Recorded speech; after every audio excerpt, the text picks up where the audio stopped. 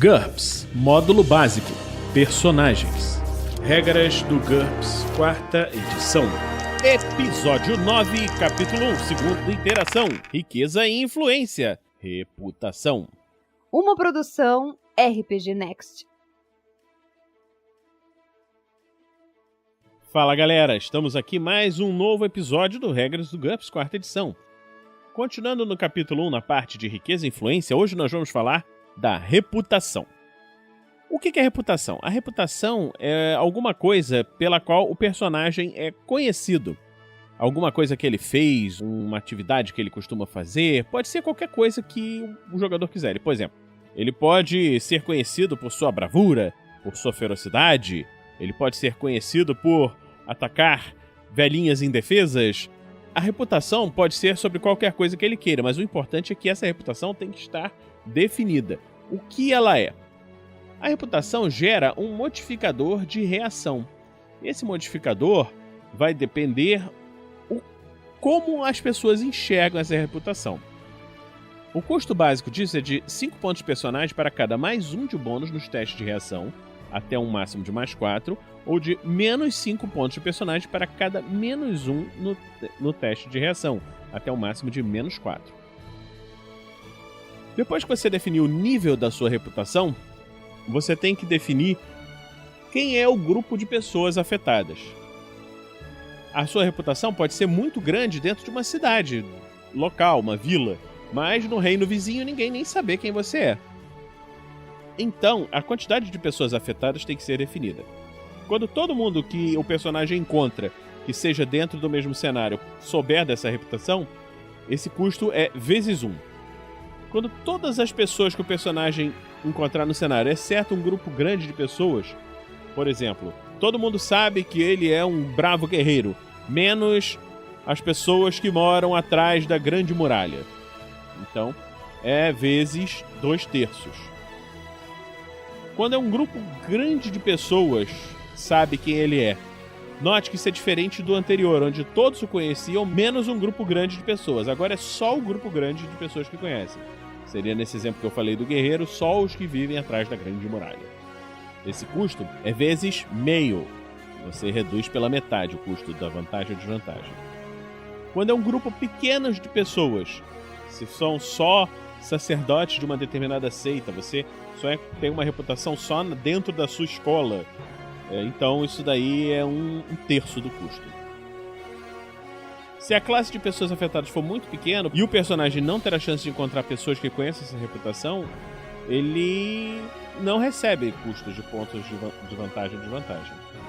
Uma outra coisa que você tem que considerar é a frequência do reconhecimento. O que significa isso? É a quantidade de vezes que ele é reconhecido por essa reputação por essas pessoas que podem ser afetadas por ela. Ele pode ter uma reputação de ser um assassino sanguinário, mas a pessoa pode olhar para a cara dele e achar que não é ele, não é fulano, não pode ser. Então essa frequência de reação modifica também os custos. Se essa frequência for o tempo todo, é vezes 1. Se for de vez em quando, um resultado menor é igual a 10, é metade. Se for ocasionalmente, o resultado menor é igual a 7, 1/3. E uma coisa importante de se considerar é que a reputação existe dentro de uma área limitada. Se o personagem viajar para muito distante de onde ele normalmente fica, essa reputação pode não valer nada. Reputações múltiplas. É possível o personagem ter mais de uma reputação. Ele pode ser um assassino sanguinário, mas que doa parte dos roubos para ajudar as velhinhas indefesas. O personagem pode ter mais de uma reputação. Agora vamos falar da importância ou status. O lugar que o personagem ocupa na sociedade é diferente da sua fama e fortuna pessoal. O status é uma vantagem ou desvantagem que mede qual é a posição na escala social que aquele personagem ocupa. Custa 5 pontos por nível para um status positivo e menos 5 pontos para um status negativo. O status 0 é a norma da população. O status elevado traz alguns privilégios consigo que variam de cenário para cenário e devem ser definidos pelo mestre. Existe uma outra coisa chamada estigma social. Pessoas com status baixo podem ter um estigma social, que é uma desvantagem, que nós vamos ver no futuro. Essas interações entre status, estigma social e reputação podem gerar algumas situações interessantes. Por exemplo, um personagem que pertence a uma classe social considerada baixa, mas que adquire uma reputação tão grande como herói que as pessoas passam a reagir favoravelmente a ele. Um status elevado garante um bônus no teste de reação, exceto quando estiver lidando com alguém que se ressente desse status. Por exemplo, alguém de uma classe social inferior que esteja lidando com alguém de uma classe social superior, considerada snob, pode ter um redutor, na verdade, quando estiver nessa reação.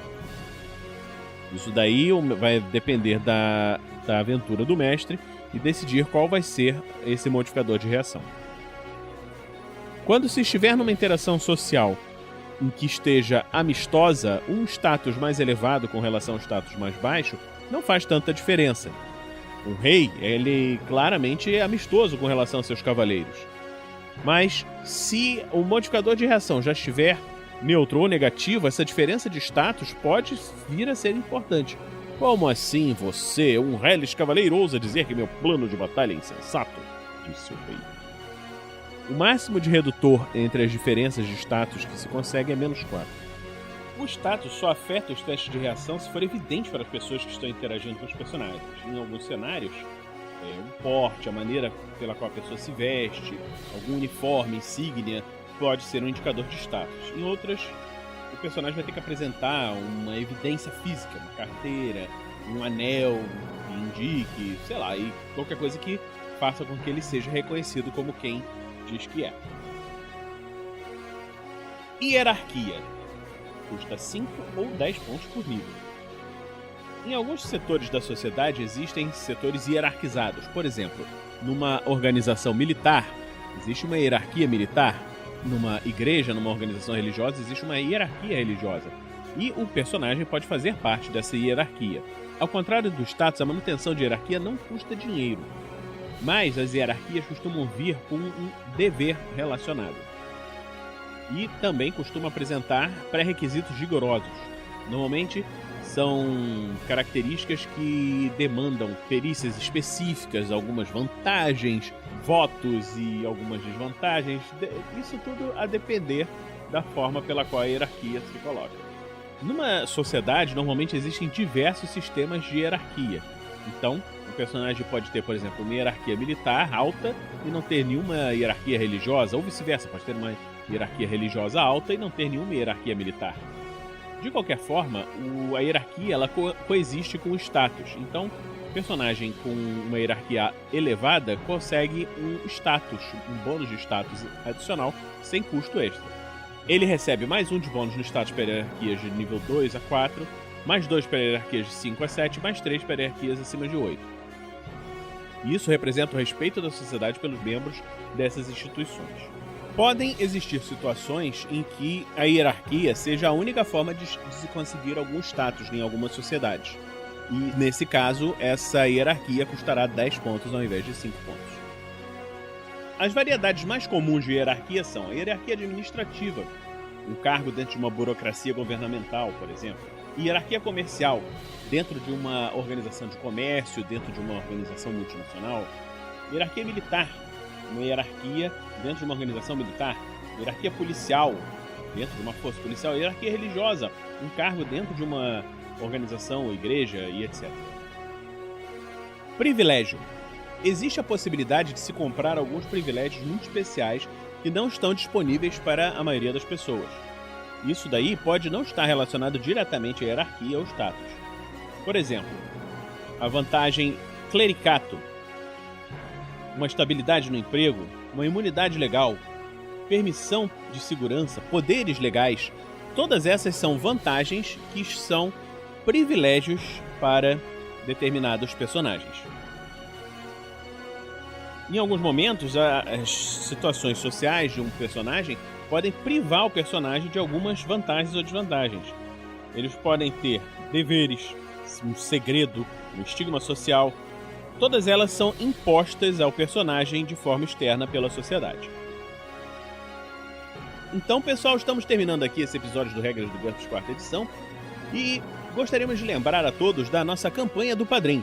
Se você gosta do nosso trabalho, vá a www.padrim.com.br e nos procure. No RPG Next, além de regras de GURPS, além de outras regras de sistemas, temos aventuras e várias outras coisas interessantes. Esperamos que você esteja aqui na próxima semana para mais um episódio, onde trataremos dos amigos e inimigos e identidades. Um abraço e até breve, pessoal. Continue aqui no RPG Next. Regras do GURPS, 4ª edição. Músicas por Kevin MacLeod e Scott Buckley. Uma produção RPG Next.